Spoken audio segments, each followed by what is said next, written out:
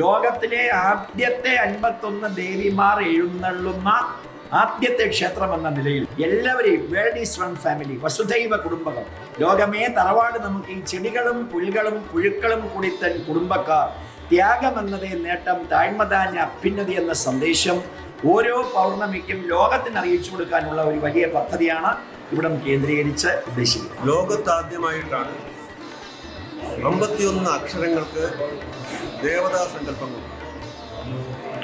അതും മലയാള ഭാഷ. ഈ മലയാള ഭാഷയ്ക്കുണ്ടായ അക്ഷരദേവതകൾ മലയാളത്തിന് മാത്രമല്ല സംസ്കൃതത്തിൻ്റെയും അക്ഷരദേവതകൾ തന്നെ. മലയാളത്തിൻ്റെ പിതാവായ തുഞ്ചത്തെഴുത്തച്ഛൻ അദ്ദേഹത്തിൻ്റെ ഗ്രന്ഥങ്ങളിൽ എഴുതി രേഖപ്പെടുത്തിയതാണ് ഈ ദേവതകളുടെ പേരുകളെല്ലാം.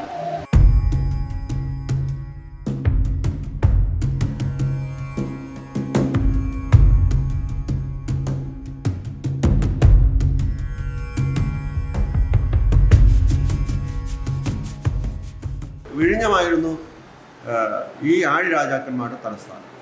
അപ്പോൾ ആ തലസ്ഥാനത്തെ രാജാക്കന്മാർ ആരാധിച്ചിരുന്നതാണ് ഈ പൗർണമിക്കാവ് ദേവി. അന്ന് ഈ ദേവി അറിയപ്പെട്ടിരുന്നത് പടകാളി അമ്മൻ എന്ന ദേവി എന്നുള്ള പേരിലാണ് അറിയപ്പെട്ടത്. അപ്പോൾ ആ ദേവിയുടെ അനുഗ്രഹത്താൽ രാജ്യം സമ്പൽ സമൃദ്ധവും ലോകം ശ്രദ്ധിക്കപ്പെടുന്ന വ്യാപാര കേന്ദ്രവും മറ്റ് വ്യവസായ കേന്ദ്രവുമായി. ഇത് മനസ്സിലാക്കി ചോള രാജാക്കന്മാർ വിഴിഞ്ഞത്തേക്ക് യുദ്ധത്തിന് വരികയും ഈ രാജ്യത്തെ ആഴി രാജാവിനോട് യുദ്ധം ചെയ്യുമെന്ന് ഈ രാജാവിനെ തോൽപ്പിക്കാൻ പറ്റാത്ത ചോളന്മാർ മനസ്സിലാക്കി ഈ ആഴി രാജാവിന് അവരുടെ യുദ്ധ സാമർഥ്യത്തെക്കാൾ ഏതോ ഒരു ശക്തി അവരെ പിന്നുണ്ട്. അത് ഒരു ദേവിയാണ് മനസ്സിലാക്കി. ചോള രാജാക്കന്മാർ ഈ ദേവിയെ രഥത്തിലേറ്റി അവരുടെ രാജ്യത്തേക്ക് കൊണ്ടു.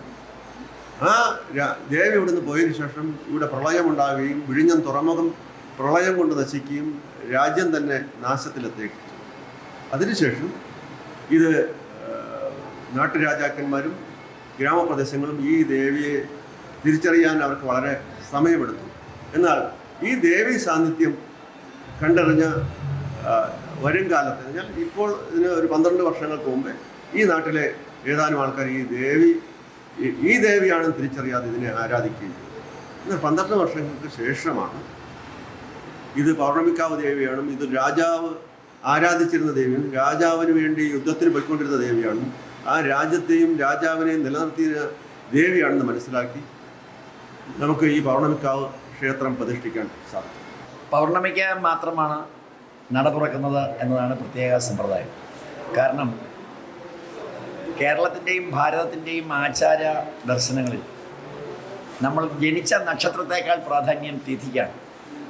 പ്രഥമ, ദ്വിതീയ, തൃതീയ, ചതുർത്ഥി, പഞ്ചമി, ഷഷ്ടി, സപ്തമി, അഷ്ടമി, നവമി, ദശമി, ഏകാദശി, ദ്വാദശി, ത്രയോദശി, ചതുർദശി.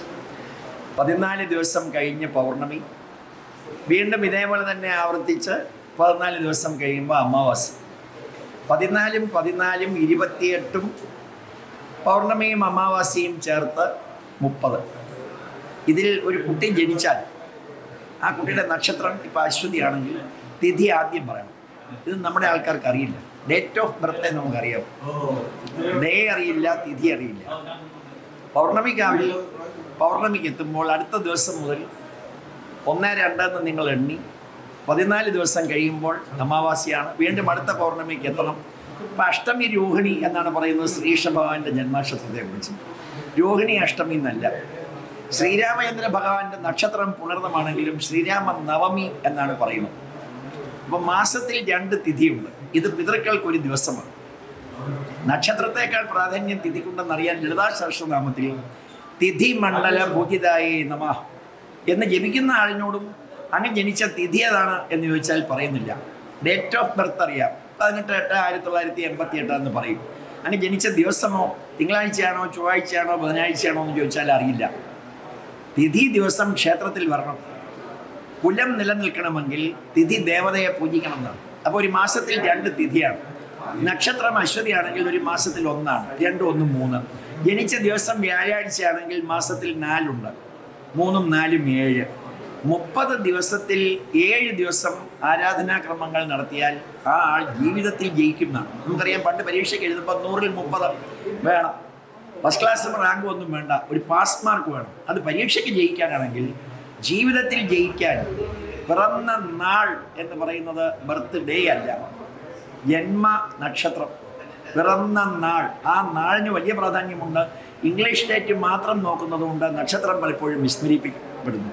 അത് മാറ്റി ഓരോരുത്തരും തിഥി അറിയണം, അവരുടെ അമ്മയുടെ തറവാട് ക്ഷേത്രം, അച്ഛൻ്റെ തറവാട് ക്ഷേത്രം ഇതറിയണം. ഭാഗവതത്തിലും രാമായണത്തിലും ഒക്കെ സൂചിപ്പിക്കുന്നുണ്ടെന്നാൽ കുലദേവതമാരെ പൂജിക്കാതെ മറ്റാരെ പൂജിച്ചാലും യാതൊരു പ്രയോജനവുമില്ല. ഭാഗവതത്തിൽ അത് ഭഗവാൻ പറയുന്നത് അദ്ദേഹത്തിൻ്റെ അച്ഛൻ നന്ദഗോപരോടാണ്, വളർത്തച്ഛൻ. ദേവേന്ദ്രൻ എന്നും പൂജിക്കേണ്ട, പർവ്വതത്തെ പൂജിച്ചാൽ മതി, നമുക്ക് അടുത്തുള്ള ദേവതകൾക്ക് വലിയ പ്രാധാന്യമുണ്ട് എന്ന് സൂചിപ്പിക്കുന്നു. കേരളത്തിൽ അങ്ങോളം ഇങ്ങോളമുള്ള യാത്രകളിലും കേരളത്തിന് പുറത്ത് ഭാഗവതവുമായി സഞ്ചരിക്കുമ്പോഴും പലരോടും നമ്മൾ ചോദിക്കുമ്പോൾ ഈ തിഥിയോ ജനിച്ച ദിവസമോ അറിയാതെ ഡേറ്റ് ഓഫ് ബർത്ത് മാത്രം നോക്കി സഞ്ചരിക്കുന്നത് ആധികാരികമായ ഒരു കാര്യമല്ല എന്ന് ലോകത്തോട് അറിയിക്കാൻ ഇവിടുത്തെ പൗർണമിക്ക് മാത്രമുള്ള പൂജയിലൂടെ സാധിക്കുന്നുണ്ട്. 51 അക്ഷര ദേവതകൾ എത്തിയതോടെ അതിനൊരു ആധികാരികത കൂടി വരുന്നു. മലയാളി മറന്നുപോയ മലയാള അക്ഷരം.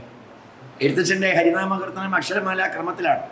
ദേവി ഭാഗവതത്തിലെ ഗായത്രി സഹസ്രനാമം അക്ഷരമാല ക്രമത്തിലാണ്. അക്ഷരം എന്ന വാക്കിൻ്റെ അർത്ഥം നശിക്കാത്തത്, നാശമില്ലാത്തത്, ക്ഷരമില്ലാത്തത് എന്നാണ്. അതിനെ ഉപാസിക്കുന്നതോറും നമുക്ക് നാശമില്ലാത്ത ചൈതന്യവും ഐശ്വര്യവും പ്രദാനം ചെയ്യും.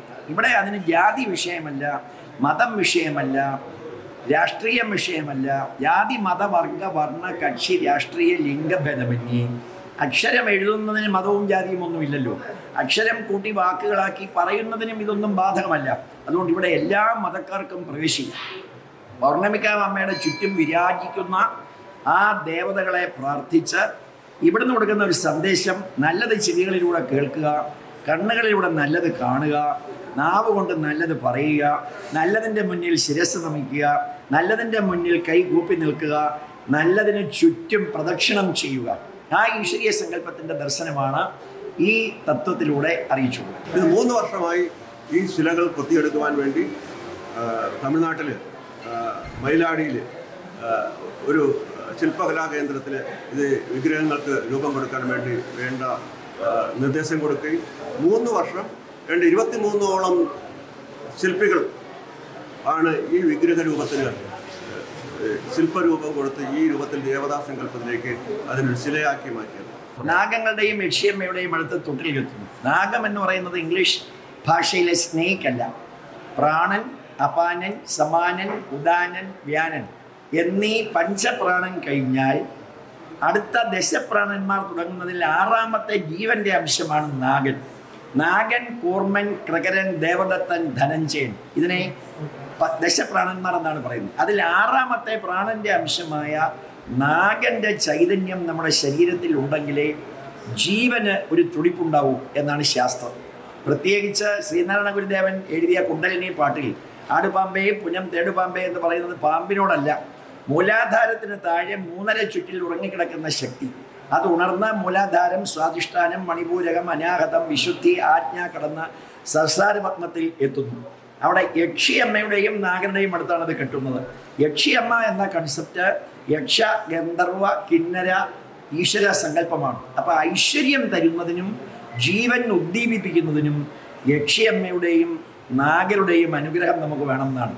നമ്മുടെ ഉള്ളിലെ സ്ഥിരകളെ ഈശ്വരോന്മുഖമാക്കുന്നതിനുള്ള ഒരു വലിയ കർമ്മമാണ് അത് എന്നുള്ളത് കൊണ്ട് അവരുടെ മനസ്സിലുണ്ടാകുന്ന ചിന്താ തരംഗങ്ങൾ, തോട്ട് വേവ്സ്, ആ വിഗ്രഹത്തിൻ്റെ അടുത്ത് വന്ന് ഉണ്ടാകുന്ന സൗണ്ട് വേവ്സ്, ആ പ്രാർത്ഥന അത്ഭുതകരങ്ങളായ സിദ്ധികൾ വ്യക്തികളുടെ സപ്തധാതുക്കളെ സ്വാധീനിക്കുന്നതാണ്. രസം, രക്തം, അസ്ഥി, മജ്ജ, ശുക്ലം, മാംസം, മേധസ്, ഈ സപ്തധാതുക്കളെ തേജോമയമാക്കാൻ ചില അനുഷ്ഠാനങ്ങൾ നമുക്ക് ഋഷീശ്വരന്മാർ പ്രഖ്യാപിച്ചു തന്നതിൻ്റെ പ്രതിരൂപങ്ങളായിട്ടാണ് യക്ഷിയമ്മയും നാഗരും ഇവിടെ ഉള്ളതും. ഞങ്ങളുടെ സങ്കല്പം സാക്ഷാത്കരിക്കണേ എന്ന് പറയുന്ന ഒരു ചിന്ത മജ്ജയിലും മാംസത്തിലും ഉണ്ടാവുമ്പോൾ അത് ഐശ്വര്യമുള്ള കുട്ടികളായി മാറണേ എന്നുള്ള പ്രാർത്ഥനയാണ് അവിടെ അർപ്പിക്കുന്നത്.